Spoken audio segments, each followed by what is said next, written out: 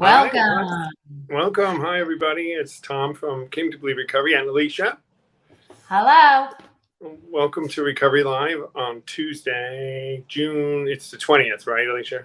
Yes, 20th. I only know that because it's on my computer. All right. This is one of the happy and saddest days, the next couple days for me. And I'll Why? tell you in a minute why. Yeah. Because it signals the end of my favorite time of year. All right. Which We'll talk is about it right now. spring? Well, people are coming. Yes, You gotta. the days Oh, are getting school. longer till the Oh, 22nd, I think. And then they start getting shorter. which is my favorite time of the year. Well, that's why we're just like oil and water.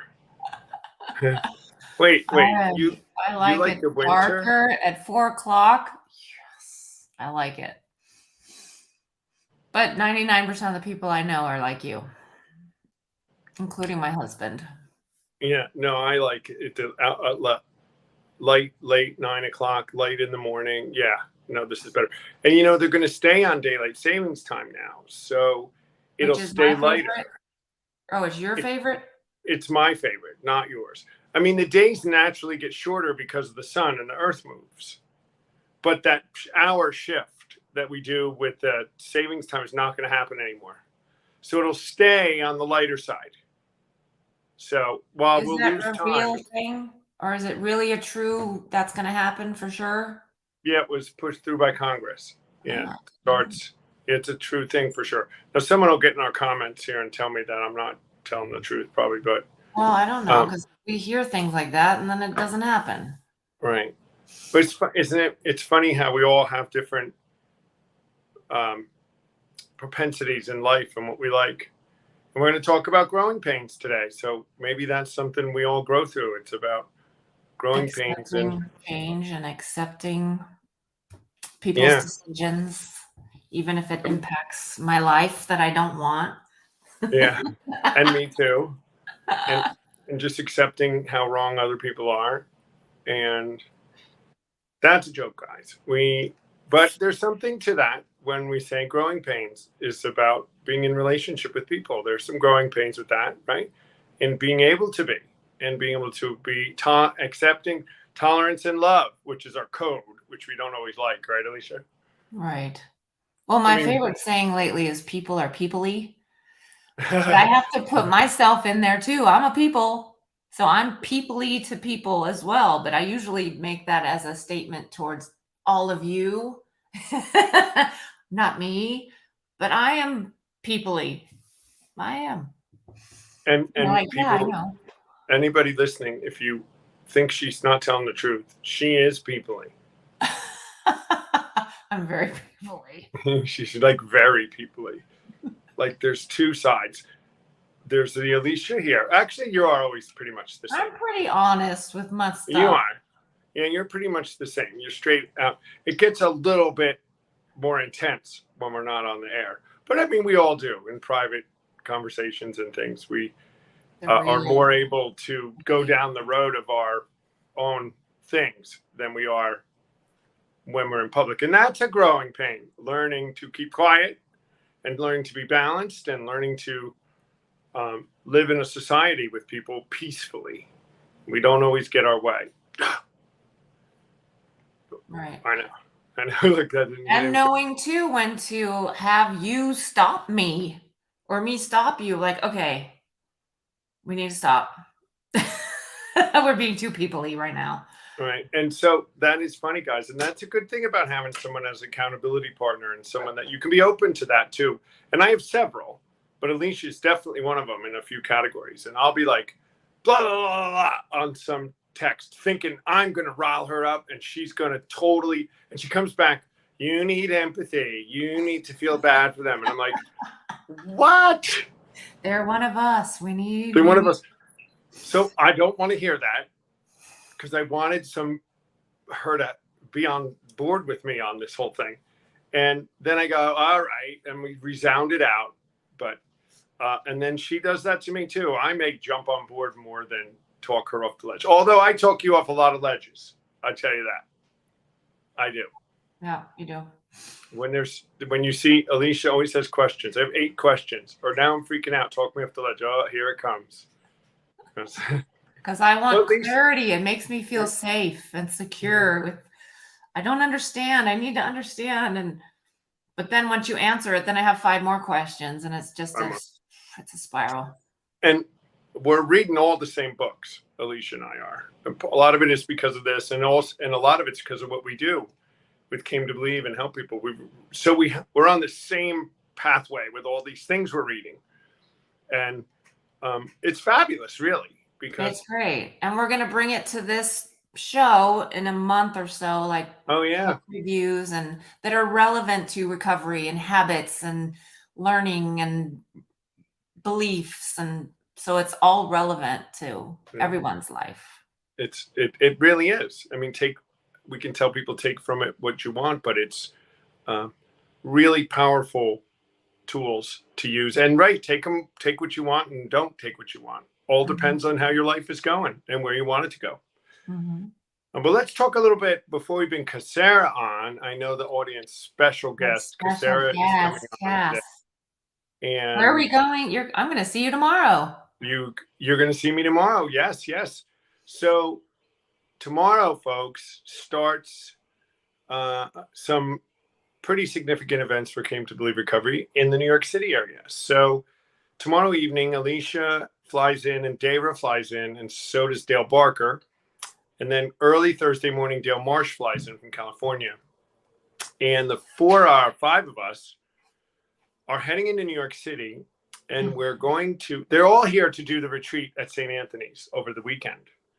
But before we do that, we're all going into Manhattan, and we are hosting 2 drop-in event, lunch, and a drop-in reception to let the New York City people meet the team. And what I mean by people is contacts and supporters, potential supporters, and interested parties and potential participants, and constituents and people that we have been contacting and I've been contacting over the last year and been hearing all about us. Now we get to meet us and see us and talk with us. And they do. And, a year ago, we wouldn't have been able to even do this. We didn't have enough cred, enough cachet, I guess, if that's it, or presence in the city, really, to be able to do 2 things like this. But now we are, after doing St. Anthony's and after a bunch of the connections I've made and some of the other networking and things that I've done. It takes time to get known and to get to be something that everybody is now very, very interested in. And some of the people coming, I know who they are as far as their schedules and their lives. And it's a statement to say they're going to make time and come to this. It means that they are really in support of us. So it's really, really great. And you're going to meet all of them Thursday. Alicea, she loves this kind of stuff. Are you going to bring that up? Can I just stay back in the hotel and meet you after? Not only do I not want to dress up, I'm people-y. That's one of my people-y things. See, this is the problem, guys. This brings out Alicia's people-y. It's a growing pain. It's like perfect. I'm supposed to go there and grow through it and get over myself. Right. Well, that's for sure. So at the end, I'm going to do it. This is like the 15th time she wasn't going to do it, and then she came and did it. And at the end, I'm going to say, "So was that so bad?" And she's going to go, "No, it wasn't so bad." I'm going to go, "So remember that next time when I ask you to do something that you immediately go, I don't want to do it. That you got through it. That's growing, though. These are things that we learn. It's totally true. Yeah, it's that discipline thing. Yeah, right? Like an example for you wanting me to teach 1 and 2 at a retreat, and I was like, no way. And then you kind of talked me into it, and then I was like, well, I was telling my husband, Tom wouldn't ask me to do it if he thought that I would mess it up, right? He has to see something that I'm capable of. So I was holding on to that the whole time. I did it. Yeah. And not only that, guys, I mean, when you did it at the virtual retreat, it got rousing endorsement from people. I mean, everybody loved it. It was powerful. You almost had Cass converted. She was on the edge. I remember her saying that. I have to keep bringing that up because she said it. And so we're going to go do those 2 events, guys, and we have invites out. I mean, if you're in the New York area and you want to come, it's 11:30 to 1:30 at Radio Park, which is a rooftop garden park in Rockefeller Center, where we'll be from 11:30 to 1:30. Drop in, come for 10 minutes, come for 2 hours. Then in the evening, we're going to be down in Soho, and the facility we're going to be at is at 32 Prince Street, which is right across the street from Old St. Patrick's Cathedral. And the building is actually part of Old St. Patrick's Cathedral grounds. So it's a renovated home, and we'll have some hors d'oeuvres down there, and you'll meet some more of the leadership and some more of the people in New York City that have been big supporters of us. So it's not just us talking about it. It's not just Patrick, Grace, and Sean O'Hare, who will be there too, but it's others in New York City who have now experienced what we do coming to endorse us. So we're really excited about it helping to get us to the next level. And then we're really excited about heading over to live in the shelter, guys, for the weekend. We go from Manhattan to the shelter in the Bronx. And we, that sounds more dramatic, maybe, if you haven't done it, but we did it last year, and it was amazing. It was amazing, right? Really fulfilling. So it was great. Mm-hmm. And that was Growing Pains. I still remember turning the corner when the barbed wire fence showed and thought, what are these guys going to think of? But you had been there many times before we all went out there, so you knew it was fine. Yeah, I hadn't stayed there before, though. Right. But I've stayed in places, it wasn't the first time I've stayed in a place that wasn't a 5-star hotel. I'm not sure I've ever stayed in a 5-star hotel. Probably I have. But I have not. But it was fun. We each had our little room about this big with a twin bed, dresser. And thought, what else do we need? And then there was bathrooms out. It's fine. Yeah, there was two shower bathrooms. I guess the girls used one and the boys used the other. I don't know if it really mattered. We were on our own wing side. Yeah. That's fine. It was good. And we really touched them, and they really wanted us there, and we were really welcoming, and it was awesome.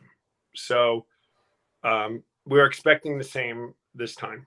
So that's what's going on. But today we want to talk about, growing pains and things that accompany recovery. We call ourselves recovered, but we're constantly improving. What does step 10 say? Continuing to improve, grow in understanding and effectiveness. And step 11 says that we're going to improve our conscious contact. So we're growing in understanding, we're growing in effectiveness, we're trying to improve our conscious contact. Step 9 says what we're really trying to do is to be of maximum service to our fellow man and God. So this means we're going to be uncomfortable, and this means it's going to take some effort, and we're going to have some growing pains. And I think we're going to have some great conversation about how we've all been through some growing pains. So without further ado, let's bring on the star of the show, really. Casarah. Hello. Hey. Glad to grace you with my presence. It's been a while.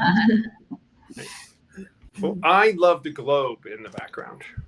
Is it real or is it a photo? No. It's a photo. I found it today, and I was like, oh, let me put something nice in the background. I like it. Thank you. It's very studious. Casarah just graduated college. She's super smart with lots of letters after her name now. Right? She has letters.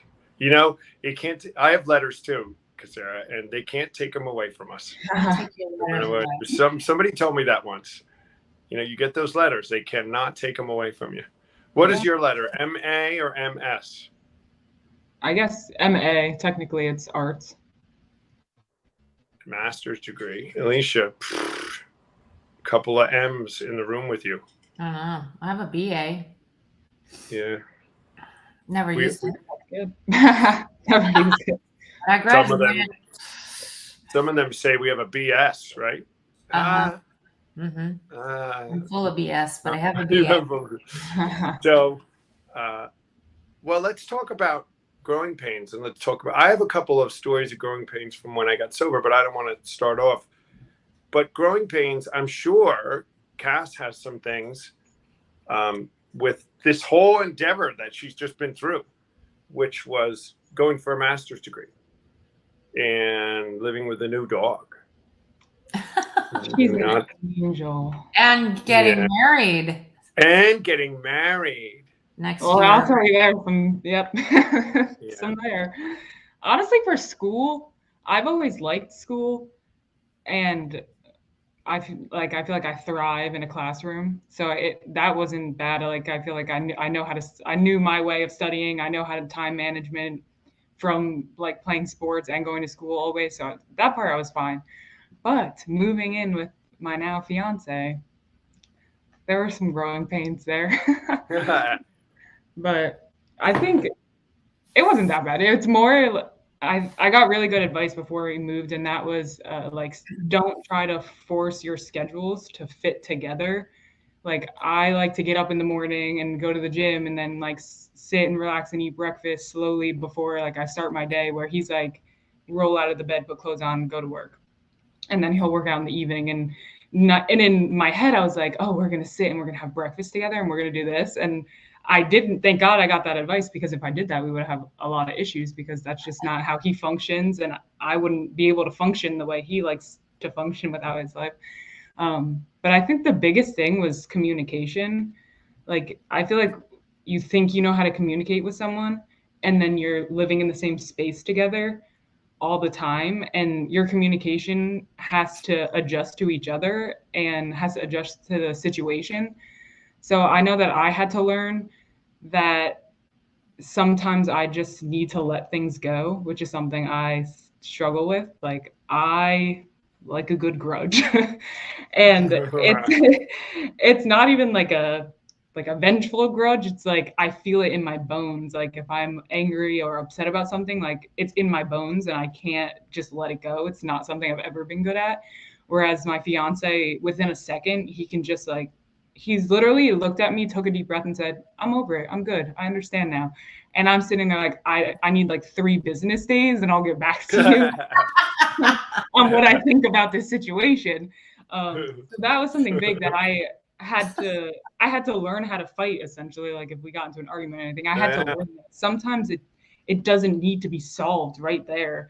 Like you just need to take a step back, be quiet, go into your space, and then later reconvene and say, okay, well now I understand where you're coming from, and I just wanted you to understand where I'm coming from, and then that's what it is, and then it's fine. So that was my struggle. Well, how did you get there, though? Did you go to counseling? Did you read books? Did you talk to friends? All the above? You just figured it out with him? Yeah, I kind of just figured it out with him, because for me, it's been years and years and years of me knowing that I have a hard time letting things go, and feeling like I have to solve it, or I at least have to just like get everything out and make you like, I want to force you to understand how I'm feeling about it. And sometimes I know I react like, well, I would have reacted this way, so why didn't you react that way? And that's not, you can't think like that, because they're a completely different person.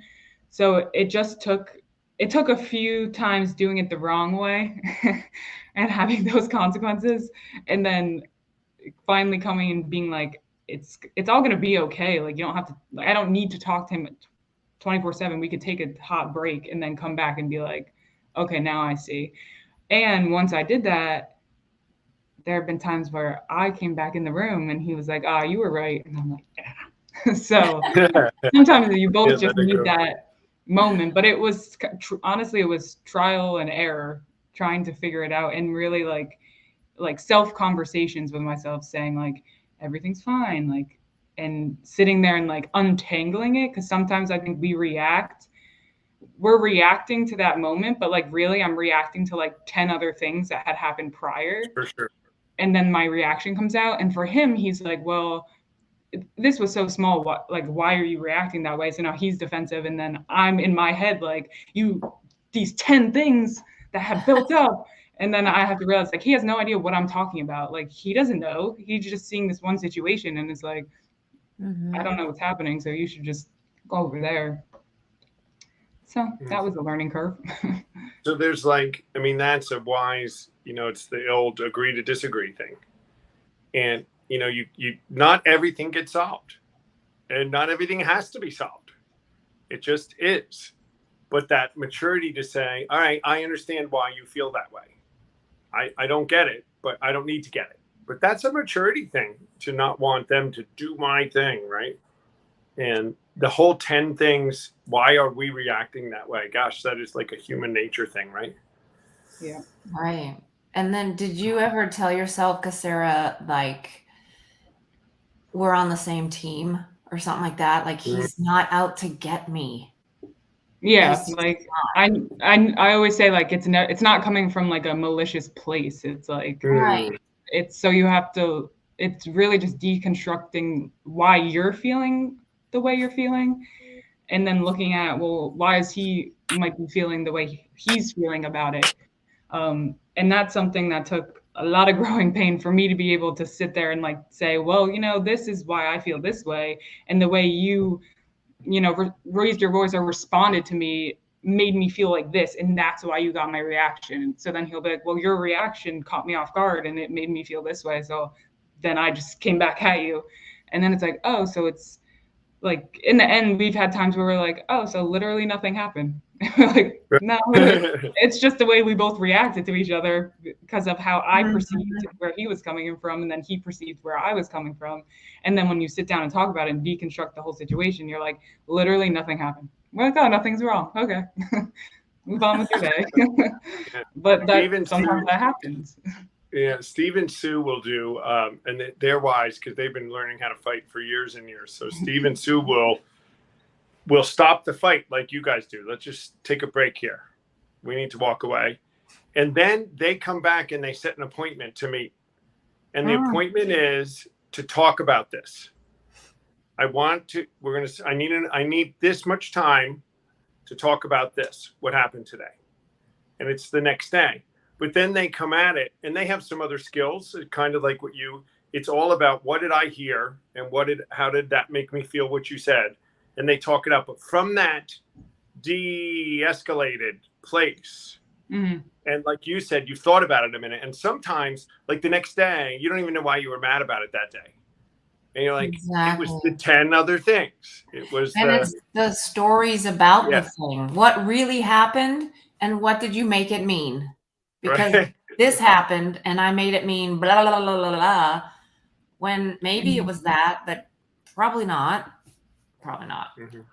Yeah. So growing pains, and this is good stuff you're learning now before it keeps going though. I was going to say, Chaos, you're really young to get this already. That's awesome. We're learning. I'm still learning it and I'm 53. We really need Ryan to come on.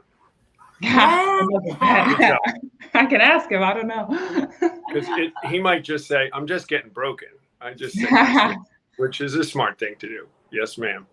And I mean, she's probably right all the time.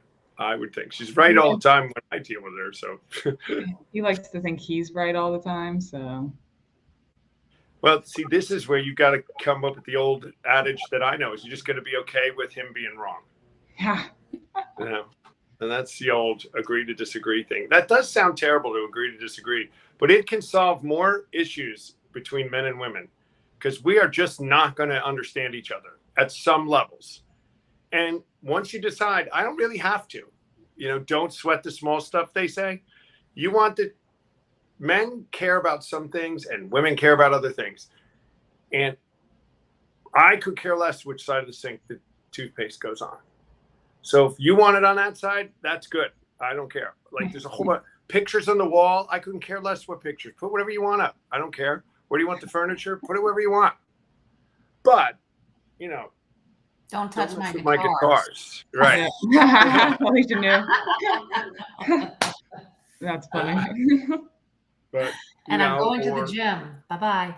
stuff, and there's some things, but I feel like it's all relationships. Like, there's always yeah, things that you're not going to understand. But part of like growing for yourself and to be in a relationship is like, one, knowing and trusting your own boundaries. And I feel like anyone who has had to create boundaries and has them, like, went through some things to figure out what those boundaries need to be and how to protect those boundaries. And then you're like bringing them into a relationship where sometimes those boundaries are like more like permeable because you're letting that person in, you're having that trust. So I feel like a lot of people have growth and a lot of pains with that too. and I think I have found that there's a line sometimes where you have to give in. There's a point, there's boundaries, but then if you want to be in a relationship, I think there's a point where you have to give and say, okay, I can give on this. I don't want to, but this is a place that I can. It's what they compromise, right? I And think both sides though can, yeah, but it's our responsibility to do our part, right? yeah, but that's really growth now, because now I think you're actually conceding something that you don't want, that you wouldn't on your own concede. There's not like big boundary things like you're saying, Casarah, but little things in relationships. I'm going to concede that. That's okay. I can do that, or I can do this. It's mature and it's loving to care about your partner's needs more than you care about your own. I think that ties in with what you said of agree to disagree, which sounds kind of, I mean, that could be level one.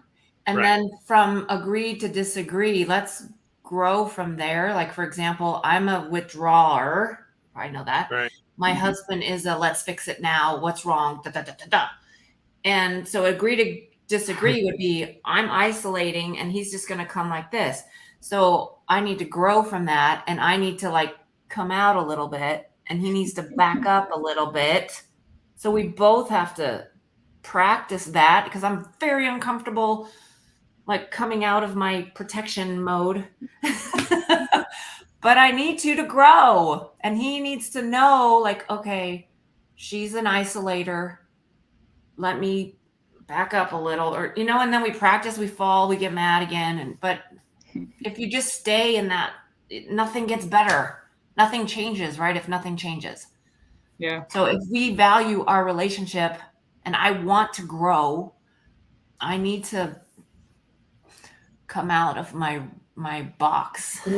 All I picture is a turtle, like with his head's coming out, and then the turtle slowly backs way back into a shell until you back up a few feet, and then the head comes out a little bit. Yeah, There's Alicea hanging that's out. me. I feel like most of my life, that's how I was. I say most of my life. Well, how old am I? How old are you? 23? 25. 25? Yeah. So most of my teenage years that weren't that long ago. I feel like I always thought or pretended to be very like extroverted. Like I want to be out there. I'm loud. I'm whatever. And that came with like, I don't have emotions and I don't care about your emotions either. And I don't want to hear it.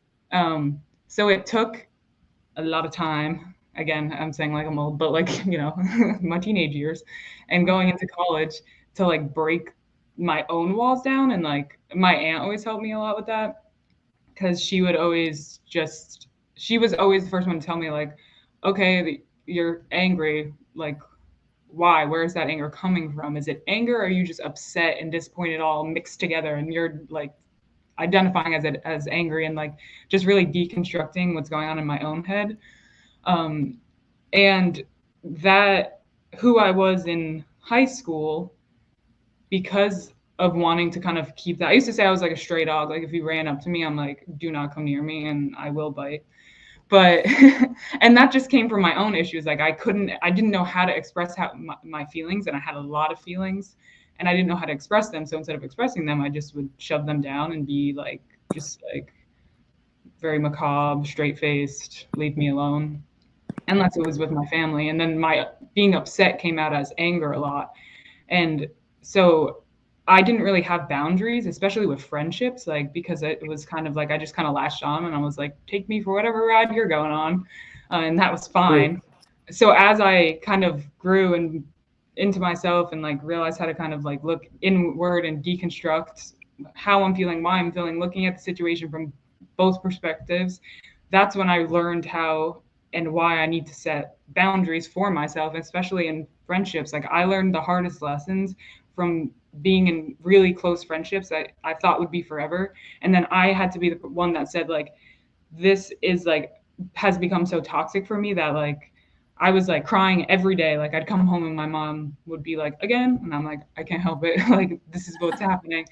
And it was like, then, and that was like one of the hardest things, like looking at a friend being like, I can't be your friend because it's just painful. And that was like a real hard growing pain. But now that I have that boundary set, when I go to make friends, which I don't do that anymore. I'm good with the friends I have. But if I go to make friends, like I know like what I will accept and what I will not accept. And I have no problem telling someone that. And my friends that I have most of my friends now, I've been friends since I was 5, they know and respect that. And I know that if like I say acting a fool, that they'll tell me very bluntly just what's happening, what they're seeing.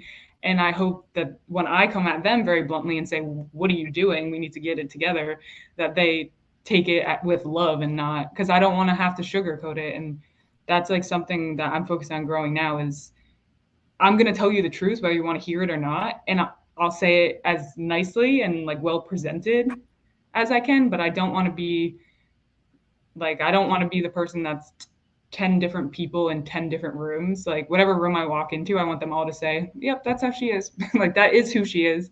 So that's kind of what I work on now. Yeah. So that whole a spoonful of sugar makes the medicine go down. Yeah. She's not okay with that. Not true. You're still giving the medicine just a little sugar to make it go down better. Yeah. That's what I heard you said you were going to try to do. A little bit of sugar when you give the medicine. Like a dash. Yeah. Give us an example, Cass. What's an example of something that would make you cry? Like what were your friends doing or what were you accepting from them that you wouldn't now? Do you know? Do you remember? Yeah. Good question. Yeah. So the situation that I was in, so I had a really good friend and we're like naming our kids together, like they're going to grow up together kind of friend. You know, it wasn't just like, oh, a school friend. It was like, you're like my soulmate. But like as time went on and I was changing and I was growing and I didn't like rely on her as much. Like as in high school, I relied on her. Like I'm like, she was like my lifeline. But as I like grew and kind of like came into myself, like I didn't need that anymore. And just as time went on, it was, you know, she would get upset about something maybe that I said. And instead of just saying like, hey, that was like not right, that was rude, whatever, I'm upset with you, she would just ignore me for like 2 weeks, complete ice out, and then be mean to me, like make mean comments and say mean things. And so now I'm like, I know something's wrong, but I don't know what I did. And then I'd feel horrible. And then it would all blow up. And then somehow it would be my fault. And it was over and over again, that same exact thing. And I like felt like I was evil. Like I literally was like, I am a horrible person because clearly look at these situations. And I didn't understand like what I was doing. And I felt like like a wounded puppy going back and be like, I'm sorry, I don't know, I'll change. And then like after, you know, a lot of crying, a lot of tears, a lot of talking to my like mom and Ryan and my other friends and being like, am I crazy? Like, what am I doing? I realized that it was more of like, this might sound dramatic, but I felt like I was basically like I was being gaslighted essentially for a long time. And anyone who has been gaslighted knows how that feels and how it makes you feel. And so it takes 2 to tango. So it's not like I was just like a perfect angel in that friendship. No, but I'm saying that I stepped up and would say like, you know what, I wasn't a good friend in that situation. I should have like paid you more mind and showed more empathy to you. And I should have been there and I'm sorry. But when it becomes like, it was always me, it's always my fault, it's always my problem. Mhm. The math ain't mathin'. And Mhm. So so then did you break that friendship off? I did. I Ah, said, this is, I was like, we've become stuck in a toxic cycle. It has like, love you forever, but I can't do it anymore because I was a mess. Like, I was like not even functioning because I felt like scared. Like, I felt like I kept saying, I feel like I'm just waiting for the other shoe to drop, like something bad's going to happen. And you shouldn't feel like that. You shouldn't feel like that in no. general, but within a friendship, you don't want to feel like that. And yeah, I know like she doesn't understand where I was coming from. And I know that I'm still like the villain in her story. And growing is understanding that that's okay because that's her perspective and I'm not going to change that. And even though that was so hard, like for a long time, I was like, all I want you to is like to feel how I felt that whole time because I know you think I'm just making it up, but like it was real. But like, except like the boundary is like, I can't change her perspective and that's fine. And two, like I know who I am and I know like, I know when I'm in the wrong and when to apologize most of the time.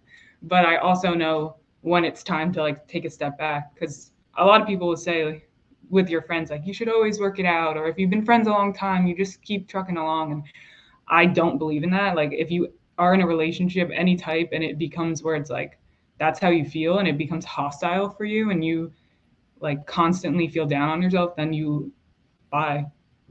And I say Yeah. that it's not easy. It took me like months to get to that point, but in theory, like you make Mhm. your exit to protect yourself. Mhm. And that's my monologue. Did Tom freeze? He looks frozen. No, I'm not frozen. Oh, there you are. Unless you're frozen. I'm listening to Cass do that, and I'm thinking about um, some things and some relationships in my life that I've kind of pieced on, but they, um, then they're family, and they're ones I've just kind of um, realized that it's just never going to be this thing that I think or should have it be, and that's okay. I'm just not going to have this thing. But I had to piece on it. I had to stop trying. I had to stop pushing. I had to stop these expectations that this was going to be any different than it was. And it turns out, I think that they're going to feel so, you're a terrible person and it's all about me. And it turns out they don't really care that much. It turns out that didn't matter that much to them anyway. They could be listening. And I The have to call relationship, them and you mean? tell them, yeah, family. The relationship. I mean, a couple of my brothers and sisters who I don't hate at all, but we have no relationship basically. And I've pieced to the point where this is just where it is. They're older, they have their lives, there's no issues. But I got peace with growing through that, knowing that when I see them at holidays, there's nothing, everything's fine. But we are just never, I just don't call them to ask them, Anything. to share my heart.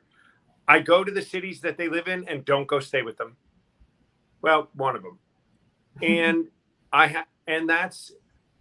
come to this place that it's okay. I haven't done what Cass has done, which is peace out on a friend that was really toxic in a really mature and functional way. I mean, I've probably just pieced in the drinking days of just, gone dark on somebody, yeah, cutting them loose. But there's a lesson to be learned in that when a relationship becomes toxic. Listen, we even preach this. You got to love everybody, but you don't have to like everybody. And you don't have to be friends and be around everybody. You just don't, you know? Yeah. Growing pains, And I'll talk to you about how I've been growing in this last year, and I think I've talked to Alicia about it, and maybe you too, Cass. Is this thing with my father where we weren't close growing up. He wasn't close to anybody. He was one of these baby boomer dads. He was my dad only. He was never a confidant. He was never a mentor. He was never a buddy. No one I would ever go to with anything serious. Never learned any big life lessons. He fed us. And so here I am today, having to kind of care for him in his nursing home thing. And guys, it's a pain in the you know what to have to go care for somebody that you really love and are all in. And when it's somebody that, and I hate to say this, but I have to be honest, somebody that, you know, you just don't have that history with, real soul heart connection, it's really hard. And I've had to grow because I need to honor, he's still my father. And I've had to grow and take the newspaper to him every day. Do you go every day? Every day. I didn't know that. See how I say that terribly? Every day. Every day. But I think talking about it and voicing it here and saying it's not okay that I, just because of the way he was, I'm growing through it because it wounded me somehow. And I wanted that relationship. I have friends, others that have these parents' relationships that I have no clue about. None. I remember telling Libby Higgins 6 months after my mother died. I was in Wisconsin, and Libby and I and Sean, we were talking or something, and I said, I have to tell you something. I don't miss my mother. And it wasn't like I wished her gone. When she was gone, I never thought about her. But that spoke to how much she was in my life. What mattered. But for me to say I don't miss her. There was guilt about it, but then there isn't guilt about it. You know, I'm really laying it out today, but this is growing pains through this stuff. I better stop. Yeah. But see, I see Cass is very close with her parents, much closer than I ever was with mine. And then there's Lisa, who I don't think would say is more like the way I am. She is or she's not? She is. She's more like me. More like it took me some time. I was a nightmare child. I'm not gonna lie. I was not great. I was not fun to have in that household. Until I got that takes maturity too to even say that. And I was a hot mess, let me tell you. And most of it came out all over my family. Like everyone else, I'll be like, okay, on my family, I was fire. I don't care. Yeah, it took me a while, but that came from just bottling. Like I was like bottle, and then I would just like all over them. And dark times. But now, yes, as I got, it honestly took when I went to college. Then it was like that transition that kind of happens sometimes when it's like parents to like almost friends, where it's like they don't need. Obviously, I'll always need the direction, always, because I call my mom every week. I FaceTime my dad. I'm like, SOS. Not every week, every day, I'll be honest. But it took like going through that transition. And then when I studied abroad and I was like really by myself out there, that was like really what I needed to really just like come in on my own and be confident and all of that. And that's when we got really close. Like I generally talk to my mom probably every day. Sometimes I call her and she's like, why are you even calling me? I'm like, shh, what are you doing? And like I'll FaceTime my dad and he'll just be like, you don't have a life. And I'm like, just talk to me. I'm like, what are you doing? I have no life. And I would have never imagined having relationships like that before. But I know I am lucky and privileged to have parents that were always in my life in that way, and supporters and mentors and all of that. And then to have them now as friends too, who like, I'm telling you, I don't have a filter. I'll say what I'm going to say. I'm like, I got to say it, Mom, just just brace yourself. And I'll just, whatever I'm going to say, I'm going to say. But yeah, that was lucky to have that. It took time. You gotta give some deep, dark secret, Alicia. We're like laying it out there. I know. Well, I was gonna say it. Like we're all three so different because, well, I was like Cass. Like I was a terrible child, and my mom was just as terrible, and it was just a mess. And now we're in the reconstructing part, which is like, I'm 53. She's 80. Oh my gosh! But it's working. I mean, I FaceTime her twice a week and we're working at our stuff and it's uncomfortable and it's growing pains. And we're both like admitting like we were terrible, but we don't have to beat ourselves up. Now what? What are we going to do now? So there's that. Yeah. And then I have 3 of my boys. I haven't talked to one in 8 years. So this is hitting some nerves for me. But the other 2, we go and see my mom. She's in Las Vegas. We're doing it in 3 weeks. And we fly to see her and for the weekend, and then we go home, and it's fun. It's quick. It's great. We just hang out. We do nothing. But it's we lost Tom. Maybe. There he is. When you're But on your it's phone and growing. somebody calls you, Oh, yeah. Or goes black. But it's Sorry. growing pains for all of us because there's stuff that I have done to the kids, and now we're going to my mom's, and then we have our stuff, and it's not like we're talking about it, but we're like learning our new relationships now, because now they're 22 and 33.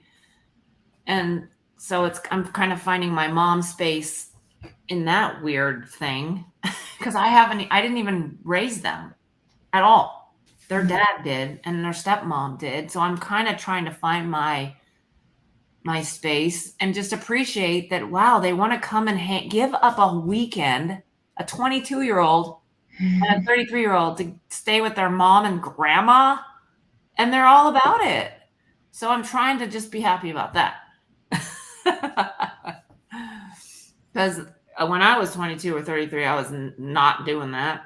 I wanted nothing to do with anybody except my exercise, my food, and myself.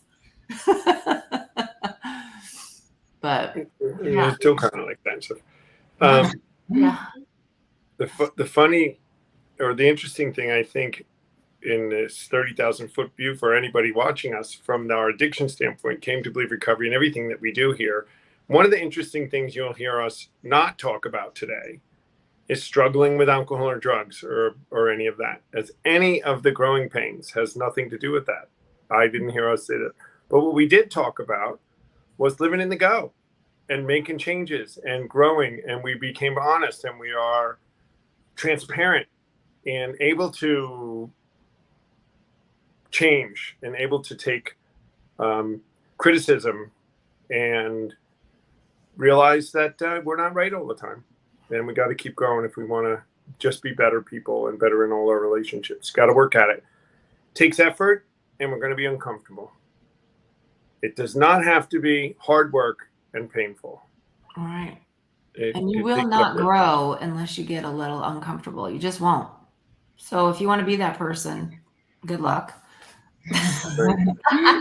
You're not going to find it here. Never. An unbroken person who doesn't think there's anything right, why would they grow? Why would they change? Why would they even seek to improve anything that they are doing? And that's why, true, being in relationship with people, we're all accountable to each other. The 3 of us, I know that we are, and we talk to each other, and we're open about this stuff. I talk about this stuff about my father and my mother with you guys. So wait, later you can say, at least you can call me later and go, Tom, that's just not okay, or something, or I understand, or Cass, or something, right? But that I got to hear that stuff. If I'm not in relationship with people, I'm not going to. So if I isolate like Alicea does and just peace out, yeah, and then what do you learn? Then she's taking her ball and she goes home in the turtle shell, right? I like that too, Casarah. You could see that the turtle goes in. Yeah, you come out, the head comes out. It's all about what we teach guys at retreat. It's all about if you're in this certain position where you just need to grow through it. This process that we teach at the retreats works for people. It works for a lot of people and gets you on this place where you can start a process of walking a life like we're talking about. And being able to reconstruct, Cass said, deconstruct, and then reconstruct. Look at what is it that makes me not tick and tick. And until you do that, you'll never make a change. You won't realize that there's anything that needs to be fixed. Figure out what isn't working, and then figure out what you have to do with what you can do about it, right? Because we can't change other people. We can't. So, and that's tough too, especially in a relationship. You're probably, Cass is learning that a lot, probably new, he's just certain level. He's who he is, and he's not going to change. So what are you going to do about it? What? I will say All right. that there, like, some things I'm like, thank God he's the way he is, because Wow. I'd be out here a loose cannon because he's like, I saw this, I don't know, it was a video, it was a podcast, and the woman was talking about her husband, and she's like, my husband's literally a bottle of Valium, like nothing shakes him. And that's how Ryan is. Like, he's just like, okay, everything's fine. Like, oh, it's gonna be fine. And I'm like, the world is ending. I'm like, get off. I'm like, I can't even breathe. And he's like, relax. And I'm like, and sometimes I'm like, I don't understand how you're so calm. Like, how are you not freaking out? I'm like one step away from a full-blown panic attack, and you're over here just with your feet up. And I'm like, I don't understand. How does your brain work like that? Because this brain's not doing that. But I'm like, thank God he's like that, because if he wasn't, I'd be right off the edge, because You there's both times, would be jumping off. yeah, because there's times, like just the other day, I was just feeling overwhelmed, but I guess it was just sitting there simmering. And he came home and I hugged him. And then the next thing I know, I'm just like hysterically crying. And he's laughing because he's like, why are you crying? And I was like, I don't know. I don't know what happened. And he's like, okay. And he just doesn't say anything. And then I'm like, I think I was just stressed. And then we laughed, and then I was over it, and the day went on. But because he's so calm, like, it gives me permission to just break it down when I need to, when I've been holding it together for so long. And then I'm like, okay, I just need to let it go. So although I don't understand how he's so calm, and I do not understand how his brain works, because I'm like, I need 3 to 5 business days if we're doing something, because I'm going to plan it out. I need this house clean every day. Like, I'm just like more neurotic about certain things, and like very anxious. So then I need to like control things, where he doesn't have any of that. So I'm like, I don't understand how your brain works. And sometimes it drives me nuts when you're packing the day of a trip. But then I'm like, thank God you are that way, because that's what I need. Like, I couldn't do this if you were any other way. So I feel like that comes to just, again, sometimes it's just knowing yourself. Like, I know how I am. I know how anxious I get, how anxious I just live in a state of anxiety. So like, I know what I'm doing to manage that. But then I won't understand him, but I know when he's there that it is fine, and that it is going to be okay, and that things are going to go whatever they're going to go. And I don't need to worry as much. I will worry, but in the back of my head, I know I don't need to. So sometimes just know. He balances. Yeah. Mm-hmm. You know, guys, think about this with Cass. If you live with her, if she gets mad and needs 3 business days, and she got mad at you Saturday morning, it's really 5 days. Yeah, watch out. Right? We're working. Weekend is not business days. I caught that little language. Yeah, depending on when it happens. That's my growing pains right now. I'm telling you, when I get mad or upset or whatever, like, I say it's in my bones. I literally mean it's in my bones. And I'll be like walking. I'm like, go for a walk or whatever. And I'm like, just let it go. Just let it go. Like, I know why I'm angry. I know why I got this angry. I know exactly like what's going on and what situation and how everything's connected. I'm like, so just let it go now. And I'm like literally having this conversation with myself, and my bones are like, just a little longer. And I'm like, and I don't know like why I do that, but I know I do it, and I know it's not good, because it could be something little, like, what's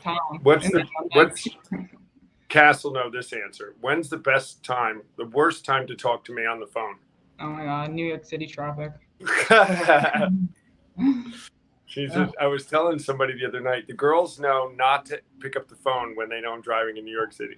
Yeah, I've already made that mistake like twice, and I'm like, it's the switch that flips in me. But it's kind of like you, Cass. You have a switch, and you don't want it to be that way, but it is, and you're managing it. I mean, there's a switch that flips, and I can't help it. Whoever's on the phone hears it. I've heard it. You've heard it, yeah. My friend Dina, my friend Dina just says, "Call me back later." And now, if I'm smart enough, and I've gotten wise now, I go, I got to go. I'll call you back. Yeah. But those are those things, but we'll grow through it. Sometimes, Cass, like you, it's harder than you think to just change it. There's stuff that's in our bones. So, and I like that. I know it doesn't give me permission, but I mean, I was gonna say, is that an excuse or no, but I'm working on it, Alicia. I don't know why. I need to see the reason why it bugs me so much. That's what I'm at. Why does that send me over the edge? well, isn't Where it in the the back? defect of character of patience? Well, it's Impatient. impatient. Yeah. But where's the root for this one? Where's the root? Why? It all has to do with not being worthy, not being good enough. Because if I'm going to be late, then people won't like me, and people won't, and I haven't followed the rules, and there's some kind of consequence. I had to think about when I was a kid, when I was late, what cost me? What's triggering me? It's always about being late for something, mostly. I'm much better in traffic if I'm not going to be late for something. Go. Right. I'm all right with it. And you guys have noticed, I've been on the phone with you in traffic casts when I'm not late, and you don't know it because I'm not stressed. So it has to do with that. And what does it matter? And, you know, I try to do the thing I would tell Buddy. You can't change it, so let it go. You know, what are you worried about? Easier said than done when the switch flips, right, Cass? When it flips. Yeah, even when you know what it is, you're like, right. Like I know certain personalities that if they start talking to me, I know I'm like, no. And I know why I don't like them. And I know where it's coming from, but like, it doesn't make it any easier for me to let that go and be like, they're their own individual person. But I'm like, I twitch. And I'm worse because my face, like I can't, it's something I've always had. Like my friends used to like, we had a code word in college because if I'm listening to someone, like I'm listening, and they're saying things that I'm like, what? I don't realize it, but I'm like, and like I roll my eyes and I don't know. And then like later I'm like, I thought everything was fine. And they were like, you rolled your eyes, like your eyes were in the back of your head the whole time. And I'm like, no, what? And that's funny. That I'm like that with people that complain and complain and complain and complain. I can't take it. I'm out. It's like I'm out. Your body reacts. For 20 years, you've been saying the same thing. I'm out. Do something about it. I'm not going to change that. My face is going to say what it's going to say. I'm just going to hope people don't notice. Well, it's funny that you say that. We're running out of time, but this is a good conversation. We got to keep this going. Alicia said something to me when we were in California about somebody. They just complain all the time, who remains nameless, obviously. And I just went, I had attention, and she pinned it. That's why I have attention with that person. She's right. That's what they do. All the time. Every single thing that comes out of their mouth is a complaint. So I could make a pivot, though, then. No, knowing this, that's where that is. That's a push button on me, and that's why I have this feeling. Because it's always about, for me anyway, me wanting to change the way I'm reacting to that. And then maybe helping them if I can. By then becoming empathetic, going, why are they that way? And da-da-da-da. I don't know. But I remember you saying that another reason to be in a relationship. I didn't really have that pinned until you said, did that person always do that? And I went, actually, they do. Mm-hmm. I'm right. It was fun. I was like, you're all right. Because it bugged you right away. 2 seconds. That's my push button, that one. Your sixth sense. You're like, sixth sense. Complainer. Well, growing pains, guys. I think this is a conversation that we could have, came to believe growing therapy session where we talk more about this. Maybe get Lisa on next time. Yeah. Lisa. Especially like the aspect too, like how Alicia was saying, having kids, and her kids are little, so that's like a whole journey. That's a journey. Like there's a lot of growing pains there.